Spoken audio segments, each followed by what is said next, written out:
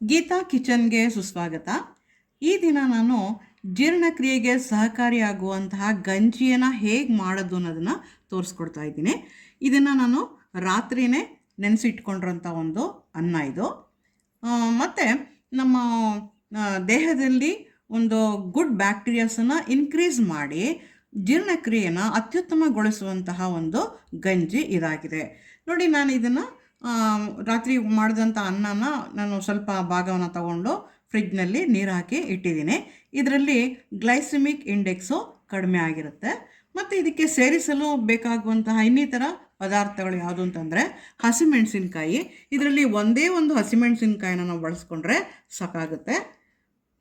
ಮತ್ತು ಒಂದು ಸಣ್ಣದಾದಂಥ ಒಂದು ಈರುಳ್ಳಿಯನ್ನು ತೊಗೊಂಡಿದ್ದೀನಿ. ಇದನ್ನು ಸಣ್ಣಗೆ ಹೆಚ್ಕೊಂಡು ಇಟ್ಕೋಬೇಕಾಗುತ್ತೆ. ಮತ್ತು ಕೊತ್ತಂಬರಿ ಒಂದು ಸೊಪ್ಪು. ಈ ಕೊತ್ತಂಬರಿ ಸೊಪ್ಪನ್ನು ಕೂಡ ನಾವು ಸಣ್ಣಗೆ ಹೆಚ್ಕೊಂಡು ಇಟ್ಕೋಬೇಕು. ಗಂಜಿ ಪೂರ್ತಿ ಮಾಡಿದ ನಂತರ ನಮಗೆ ತಣ್ಣಗಾದ ನಂತರ ನಾವು ಅದಕ್ಕೆ ಮೊಸರನ್ನು ಸೇರಿಸ್ಬೇಕು. ಅದಕ್ಕೆ ನಾನು ಮೊಸರನ್ನು ಕೂಡ ನಾನು ಇಲ್ಲಿ ಇಟ್ಕೊಂಡಿದ್ದೀನಿ.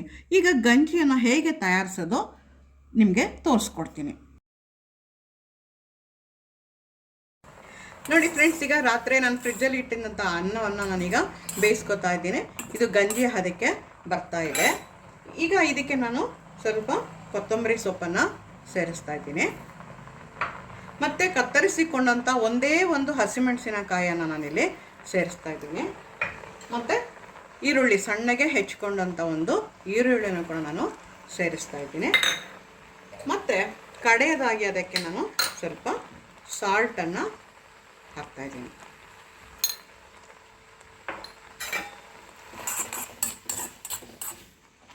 ಇದಿಷ್ಟು ಆದಮೇಲೆ ನಾವು ಕೆಳಗಡೆ ಇಳಿಸ್ಕೊಳ್ಬೇಕು.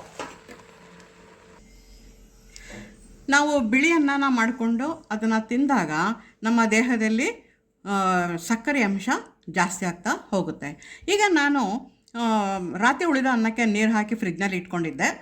ಅದನ್ನು ಗಂಜಿ ರೂಪದಲ್ಲಿ ಬೇಯಿಸ್ಕೊಂಡಿದ್ದೇನೆ.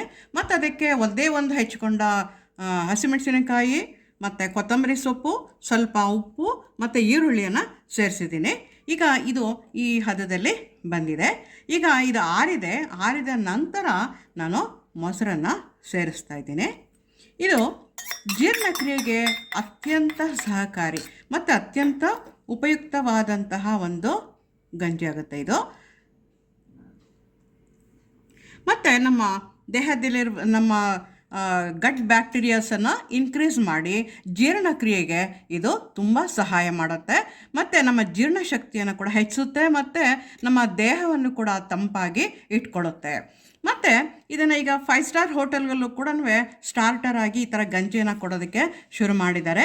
ನನಗೆ ನೆನಪಿರೋ ಹಾಗೆ ನಮ್ಮ ಅಜ್ಜಿ ಮಡಕೆನಲ್ಲಿ ಈ ಥರ ಅನ್ನಕ್ಕೆ ನೀರನ್ನು ಹಾಕಿ ಮೊಸರು, ಈರುಳ್ಳಿ ಇವೆಲ್ಲ ಹಾಕಿ ಕಲಿಸ್ಕೊಂಡು ಕುಡಿತಾ ಇದ್ದದನ್ನು ನಾನು ನೋಡಿದ್ದೀನಿ. ಅದು ನೆನಪಿದೆ ನನಗೆ ಸ್ವಲ್ಪ ಮಟ್ಟಿಗೆ. ಸೊ ಇದು ನಮ್ಮ ದೇಹದಲ್ಲಿ ಗಟ್ ಬ್ಯಾಕ್ಟೀರಿಯಾಸನ್ನು ಇನ್ಕ್ರೀಸ್ ಮಾಡಿ ನಮ್ಮ ಜೀರ್ಣಶಕ್ತಿಯನ್ನು ಹೆಚ್ಚಿಸುತ್ತೆ ಮತ್ತು ದೇಹವನ್ನು ತಂಪಾಗಿಸುತ್ತೆ. ಹಾಗಾಗಿ ಉಪಹಾರದ ಬದಲಿಗೆ ಈ ರೀತಿಯ ಒಂದು ಗಂಜಿಯನ್ನು ಸೇವಿಸಿದ್ದು ಅತ್ಯುತ್ತಮ. ಈ ಥರ ನೀವು ಮಾಡಿಕೊಂಡು ಒಂದು ಸರಿ ನೋಡಿ. ಮತ್ತು ನಮ್ಮ ಜೀರ್ಣಕ್ರಿಯೆ ಹೇಗೆ ಸರಾಗವಾಗಿ ಆಗುತ್ತೆ ಮತ್ತು ಯಾವುದೇ ಒಂದು ತೊಂದರೆ ಇಲ್ಲದೆ ನಮ್ಮ ದೇಹ ತಂಪಾಗಿ ಇರುತ್ತೆ. ಈ ಒಂದು ಮಾಡಿ ನೋಡಿ. ಮತ್ತು ಈ ರೆಸಿಪಿ ನಿಮಗೆ ಇಷ್ಟ ಆಗಿದ್ದರೆ ನಮ್ಮ ಜೀರ್ಣಕ್ರಿಯೆಗೆ ಸಹಾಯಕವಾಗುವಂತಹ ಆರೋಗ್ಯಕರವಾದಂತಹ ಈ ಗಂಜಿ ನಿಮ್ಗೆ ಇಷ್ಟ ಆಗುತ್ತೆ ಅಂದ್ಕೊಂಡಿದ್ದೀನಿ. ಇಷ್ಟ ಆದರೆ ಕಮೆಂಟ್ ಮಾಡಿ, ಸಬ್ಸ್ಕ್ರೈಬ್ ಮಾಡಿ ಮತ್ತು ಶೇರ್ ಮಾಡಿ ಫ್ರೆಂಡ್ಸ್. ನಮಸ್ಕಾರ.